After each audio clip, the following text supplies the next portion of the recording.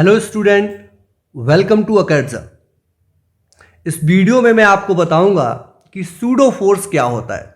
बड़ा ही मज़ेदार कंसेप्ट है और इसको समझाने के लिए मैं स्टार्टिंग करता हूं एक एग्जांपल से।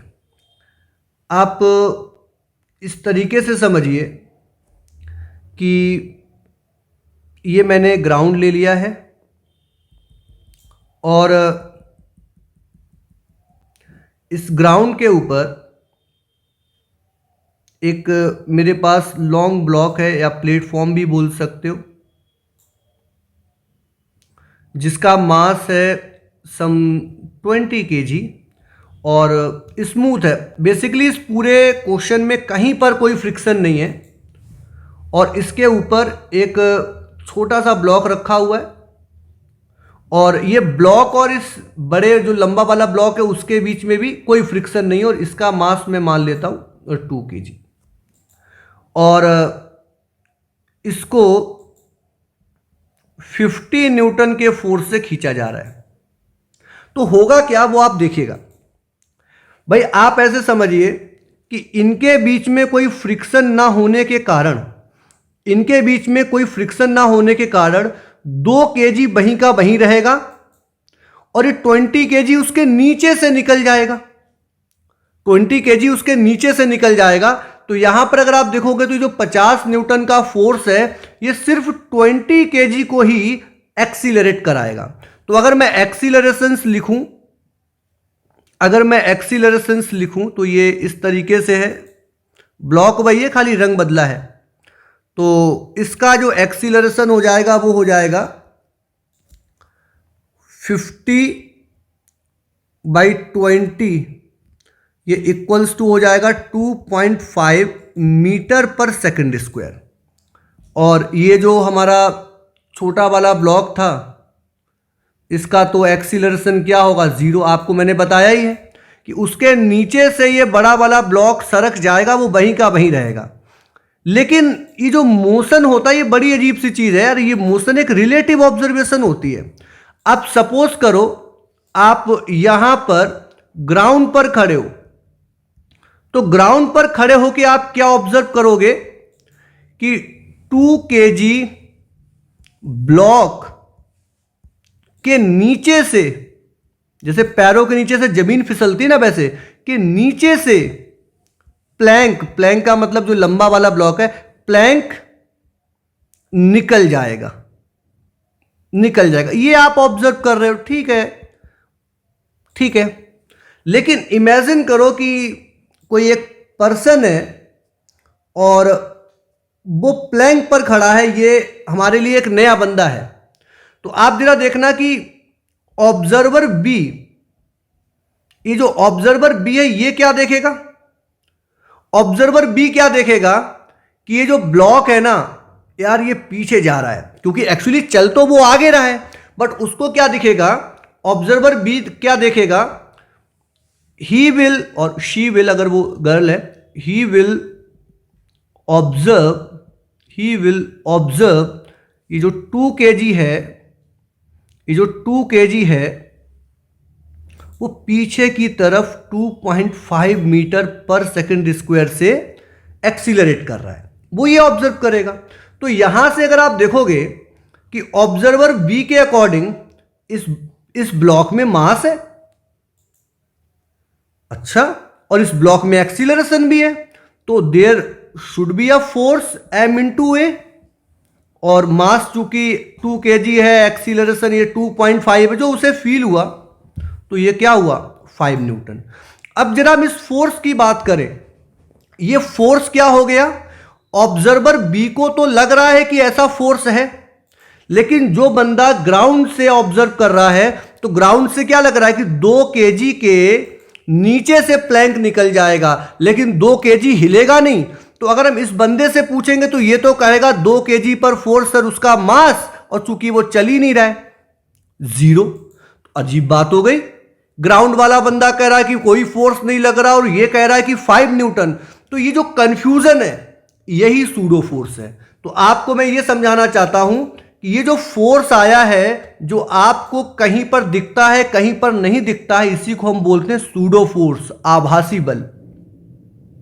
अब अगर हम इसी को थोड़ा और जनरलाइज करें तो भाई ये हमको कहां दिखा, ये हमको दिखा ऑब्जर्वर बी के रिगार्डिंग, और ऑब्जर्वर बी जहां खड़ा था ना वो चीज क्या हो रही थी, एक्सीलरेट। क्या हो रही थी, एक्सीलरेट। तो यहां से हम इसको समराइज कर सकते, इस एग्जाम्पल को मैं समराइज कर सकता हूं कैसे कि भाई ऑब्जर्वेशन प्लेस, तो ऑब्जर्वेशन प्लेस को टेक्निकली किताबों में बोलते हैं फ्रेम ऑफ रेफरेंस। जहां से आप कोई चीज ऑब्जर्व करते हो उसको बोलते हैं फ्रेम ऑफ रेफरेंस। तो ऑब्जर्वेशन जो मैंने लिखा ऑब्जर्वेशन प्लेस, ये कुछ भी हो सकता है। आप कहां से ऑब्जर्व कर रहे हो, बस से ऑब्जर्व कर सकते हो, लिफ्ट से ऑब्जर्व कर सकते हो, कहीं से भी कर सकते हो। तो ऑब्जर्वेशन प्लेस जो होते हैं वो मैं बोलूंगा दो प्रकार के होते हैं, accelerating and non accelerating. Accelerating को बोला जाता है नॉन इनर्शियल, मतलब ऐसे प्लेसेस जिनमें एक्सीलरेशन है, एक्सीलरेट हो रहे हैं, उनको बोलेंगे नॉन इनर्शियल। और जिनमें एक्सीलरेशन नहीं है, जिनका एक्सीलरेशन जीरो है, उनको हम बोलेंगे इनर्शियल फ्रेम। तो जो ये फोर्स था आपने देखा कहां पे लगा था, ये आपको मिला था कहां, एक्सीलरेटिंग फ्रेम में, नॉन इनर्शियल फ्रेम में। तो ध्यान रखिएगा नॉन इनर्शियल फ्रेम में सूडो फोर्स एग्जिस्ट करता है। और अगर हम सूडो फोर्स की मैथमेटिकल वैल्यू बताए या मैथमेटिकल कोई फॉर्मूला बताए तो ये फॉर्मूला क्या बन जाएगा कि ये फॉर्मूला बन जाएगा FPS इक्वल्स टू, मास तो हमने ऑब्जेक्ट का यूज किया था, इनटू एक्सीलरेशन हमने किसका यूज किया था, फ्रेम का। और एक चीज अगर आप देखोगे पिछले वाले क्वेश्चन में, तो वो फ्रेम तो राइट वर्ड मूव कर रहा था। जो फ्रेम था वो अगर आप देखोगे राइट वर्ड मूव कर रहा था। भाई फ्रेम कौन था, यही है ना फ्रेम, ये प्लेटफॉर्म ही तो फ्रेम है, तो ये तो राइट में मूव कर रहा है। और जबकि इस पर सूडो फोर्स जो लग रहा है, जिधर एक्सीलरेशन इसने ऑब्जर्व किया उधर ही तो होगा। तो ये सूडो फोर्स किधर आपने ऑब्जर्व किया था, लेफ्ट वर्ड। तो आपको ध्यान रखना है कि इस फॉर्मूले में मैं एक माइनस साइन भी यूज कर रहा हूं, मतलब जिस डायरेक्शन में फ्रेम एक्सीलरेट होगा उसके ऑपोजिट डायरेक्शन में आपको क्या फील होगा, एक सूडो फोर्स। इस कंसेप्ट को समझने के लिए और अच्छा करने के लिए क्वेश्चन सॉल्व कर लेते हैं। और ये रहा क्वेश्चन आपके लिए, ये देखिएगा। तो यहां पर मैंने एक लिफ्ट बनाई हुई है और लिफ्ट में एक ब्लॉक हैंग कर रहा है, पेंडुलम जैसा ब्लॉक है, 5 kg उसका मास है, लिफ्ट का एक्सीलरेशन दिया हुआ है, टेंशन आपसे पूछी हुई है। तो देखिए यहां पे दो चीजें हैं, अब चाहते क्या हो। अब जैसे आप जमीन पर खड़े हो, ये ऑब्जर्वर ए है, तो अकॉर्डिंग टू ऑब्जर्वर ए, ये जो 5 kg का ब्लॉक है इस पे क्या फोर्सेस लग रहे होंगे, नीचे को 5G उसका वेट, ऊपर को टेंशन। और जो ये ऑब्जर्वर ए है ना, इसको ये दिख रहा होगा कि भैया लिफ्ट के साथ साथ ये भी ऊपर ही जा रही है, कितने एक्सीलरेशन से, 2 मीटर पर सेकेंड स्क्वायर से। तो यहां पर हमको क्या करना है, एक फॉर्मूला लगाना है, एफ नेट बराबर ma। तो जो फोर्स ऊपर लग रहा है, एक्सीलरेशन भी ऊपर है, तो हम बोलेंगे ये टेंशन इसको ऊपर ले जा रहा है, वेट इसको रोक रहा है। मास हो गया इसका 5 kg, एक्सीलरेशन हो गया 2, जी की वैल्यू मैं यहां पर 10 ही रखता हूं, तो हमारे पास टेंशन जो है वो 60 न्यूटन आ जाएगी, आंसर है। लेकिन अगर मैं इसी सवाल को एक यहां पर बंदा ले लूं जो लिफ्ट में है, तो इमेजिन करो थोड़ी देर के लिए कि आप यार लिफ्ट में हो, तो क्या आपको ऐसा लगेगा ये 5 kg ऊपर जा रहा है, नहीं ना।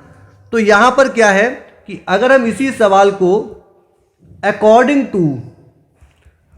टू ऑब्जर्वर इन लिफ्ट करूं, इसी सवाल को अगर मैं सॉल्व करूं according to observer in lift, तो जो बंदा लिफ्ट में होगा आप अगर उसको देखोगे तो वो FBD बना है इसका, तो नीचे को भाई उसने वेट लगा दिया, ऊपर को टेंशन लगा दी। और अगर हम इस बंदे से पूछेंगे तो ये बंदा क्या बोलेगा, अरे सर रेस्ट पर है, तो ब्लॉक कहीं जा ही नहीं रहा है। लेकिन ये जो फ्री बॉडी डायग्राम बनाया है और इससे आपने आंसर निकाल दिया, तो वो तो रेस्ट पर है, तो T बराबर 5G, जी की वैल्यू आपने 10 ली तो 50 न्यूटन, और पिछली बार तो हम निकाल रहे थे 60 न्यूटन, तो ये तो आंसर ही बदल गया। ये सब गलत हो गया भाई, सब गलत हो गया। तो गलती क्या है वो आपको बताता हूं। गलती यहां पर यह है कि आपने ये सवाल किया है ऑब्जर्वर इन लिफ्ट, और लिफ्ट यहां पर कैसा फ्रेम है, नॉन इनर्शियल।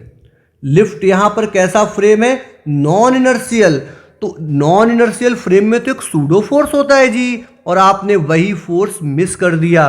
तो सूडो फोर्स किधर लगता है आप बताओ, सूडो फोर्स लगता है फ्रेम के एक्सीलरेशन के अपोजिट डायरेक्शन में। तो चूंकि ये फ्रेम लिफ्ट है जो कि ऊपर जा रही है, तो सूडो फोर्स लगेगा नीचे। तो ये जो इक्वेशन आपने लिखी थी, आपने लिखा ही गलत था, क्योंकि फ्री बॉडी डायग्राम इनकम्प्लीट था। करेक्ट क्या होगा, tension will be equal to 5G plus pseudo force, 5G 50 हो गया। सूडो फोर्स में मास तो ऑब्जेक्ट का होता है, एक्सीलरेशन फ्रेम का होता है। तो यहां से आप देखोगे तो ये भी आंसर क्या आएगा, 60 न्यूटन। आप इस पर्टिकुलर क्वेश्चन से क्या सीख सकते हो कि किसी क्वेश्चन करने के लिए सूडो फोर्स नेसेसरी नहीं है, ये बस हमको एक अल्टरनेट वे दे देता है। जैसे आपको इस सवाल को मैंने ऑब्जर्वर ए के रिस्पेक्ट में भी करके दिखाया और लिफ्ट में जाकर भी दिखाया, तो आप यहां पर ये समझ सकते हो कि अल्टरनेट वे है। कई क्वेश्चन में ये काफ़ी की रोल प्ले करता है, काफ़ी इजी बना देता है, बट ऐसा नहीं है कि ये नेसेसिटी है, नेसेसिटी बिल्कुल भी नहीं है। तो with this I am going to end this video. कुछ कन्फ्यूज़न हुआ हो तो आप इस वीडियो को दोबारा देख सकते हो, क्वेश्चन प्रैक्टिस करिएगा। Bye bye.